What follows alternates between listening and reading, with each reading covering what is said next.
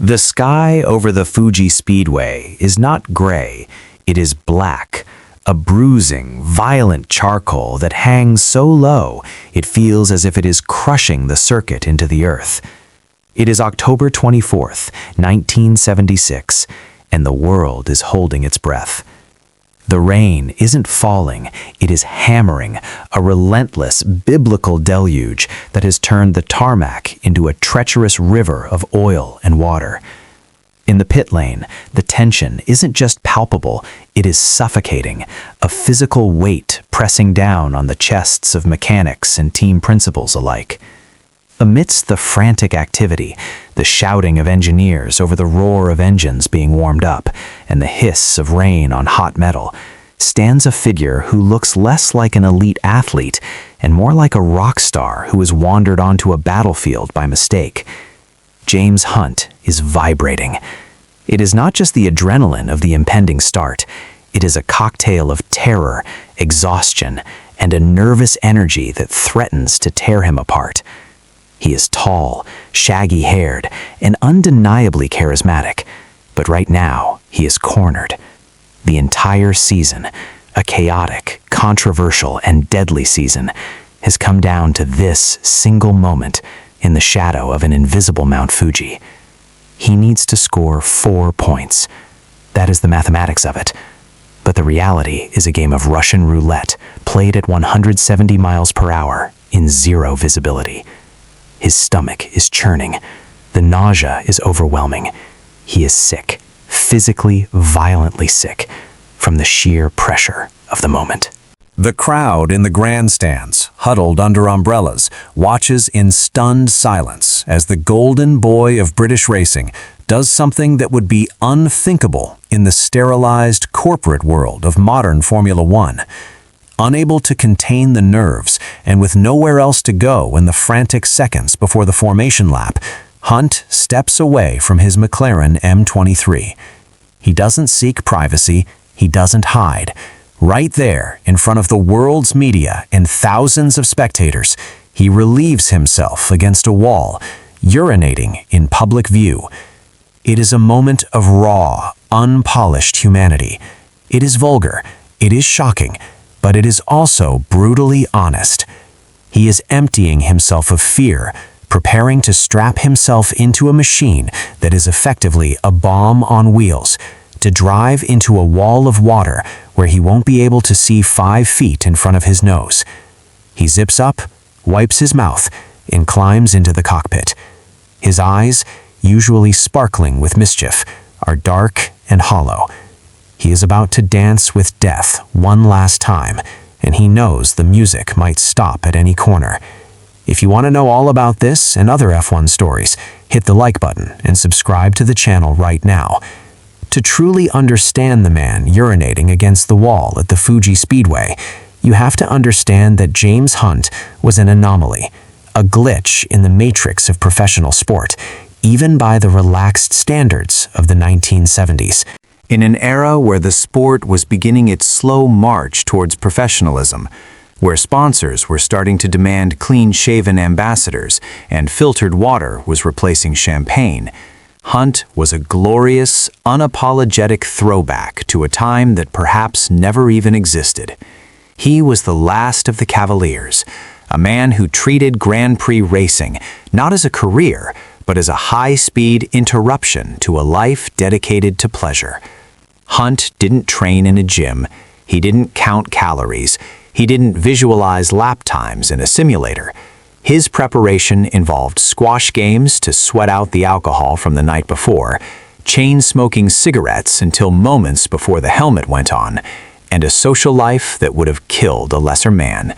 He wore his philosophy quite literally on his sleeve, or rather, on his race suit.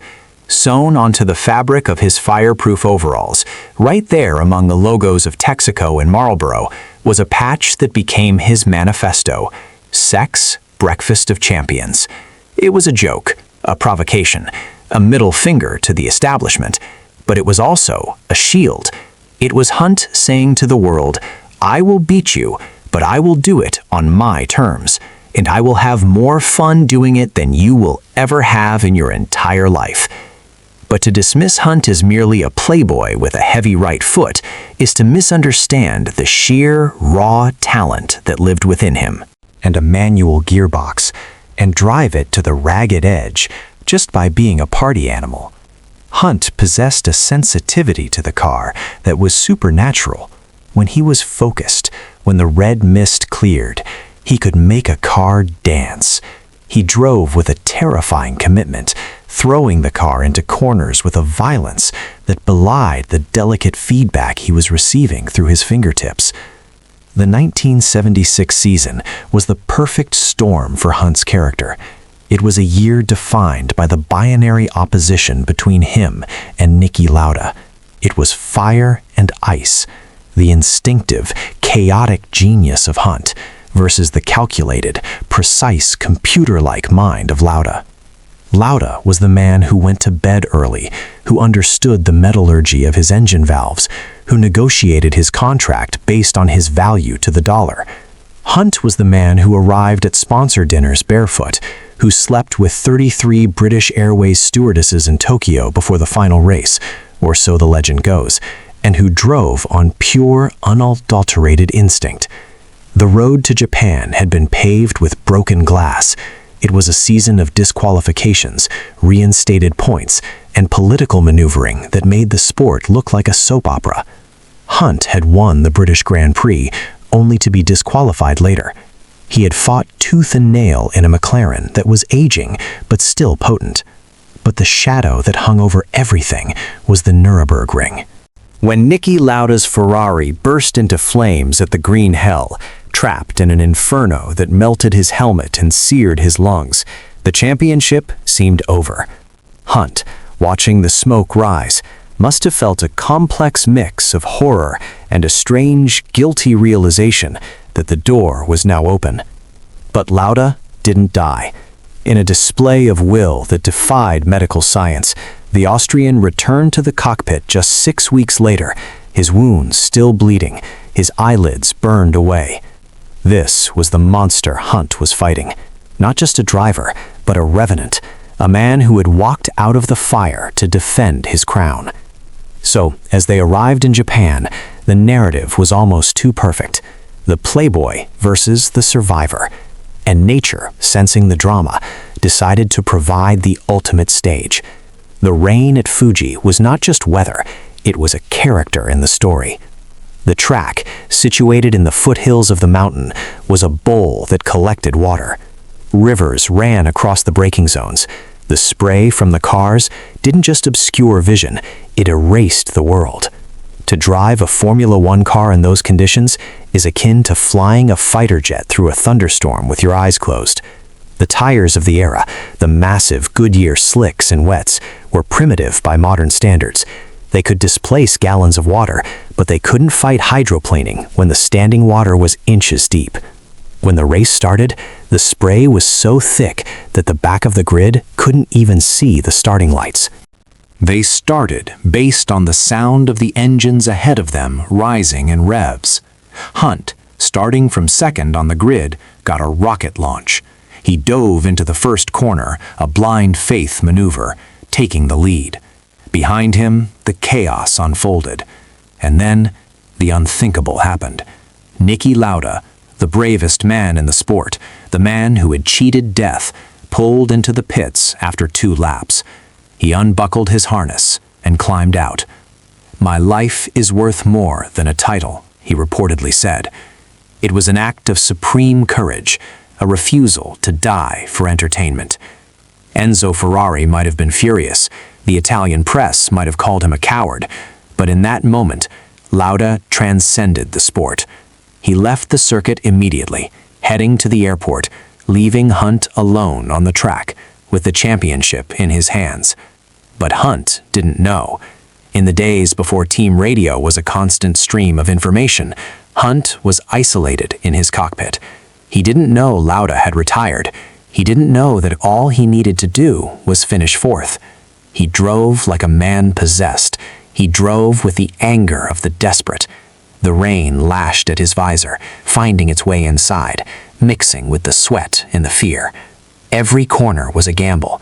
The car would twitch, slide, hydroplane, the steering wheel going light in his hands, a signal that he was no longer driving, but floating, a passenger on a 150-mile-an-hour toboggan. He led for most of the race, his McLaren throwing up a rooster tail of water that blinded anyone foolish enough to chase him. But as the rain eased, a new enemy emerged, the drying track. The wet weather tires, designed to bite into water, began to overheat on the drying asphalt. They turned into jelly. They started to disintegrate. Hunt could feel the grip vanishing, the car sliding wildly as the rubber chunks flew off. He was losing time, hemorrhaging seconds. He had to pit. A late pit stop in a race that is chaos is a recipe for disaster. He screamed into the pits, the mechanics rushing to change the destroyed tires. The stop was agonizingly long. There was confusion. A wheel nut stuck. Seconds ticked by like hours.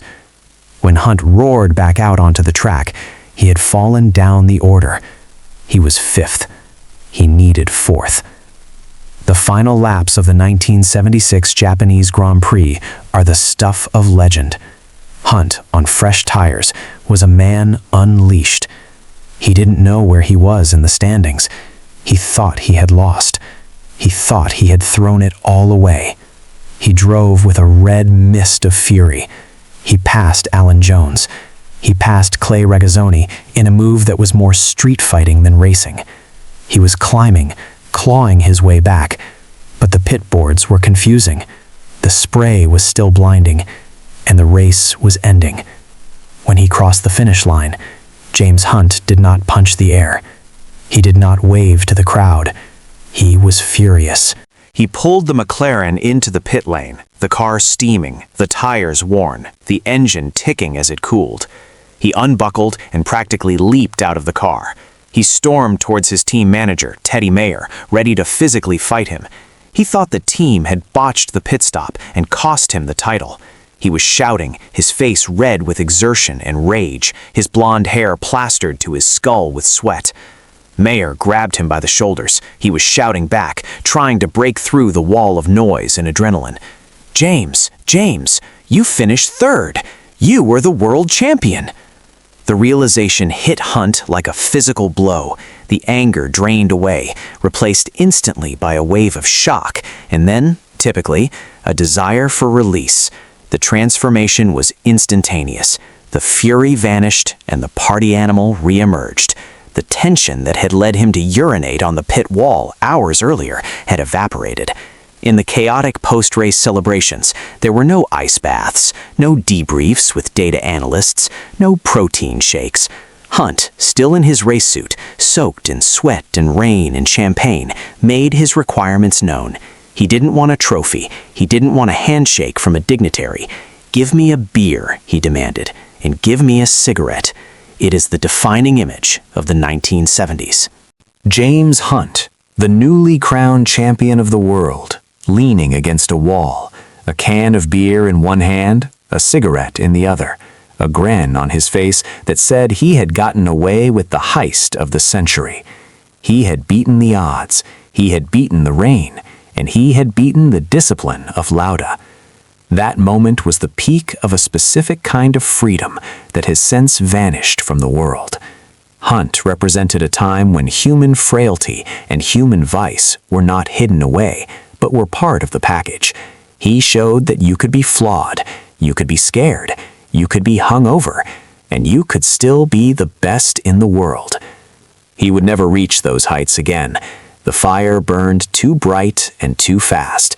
He retired a few years later, bored with the increasing professionalism of the sport, and eventually became a commentator, bringing his unfiltered, blunt honesty to the microphone. He died young, at 45, of a heart attack, a tragic, perhaps inevitable end for a man whose heart had beaten faster in a decade than most do in a lifetime. But on that rainy afternoon in Japan, under the shadow of the mountain, James Hunt was immortal. He was the breakfast of champions. He was the man who stared into the abyss of a monsoon, took a leak on the conventions of the sport and drove through the storm to grab glory with dirty, nicotine-stained fingers. And he did it all just so he could enjoy that beer at the finish line a little bit more.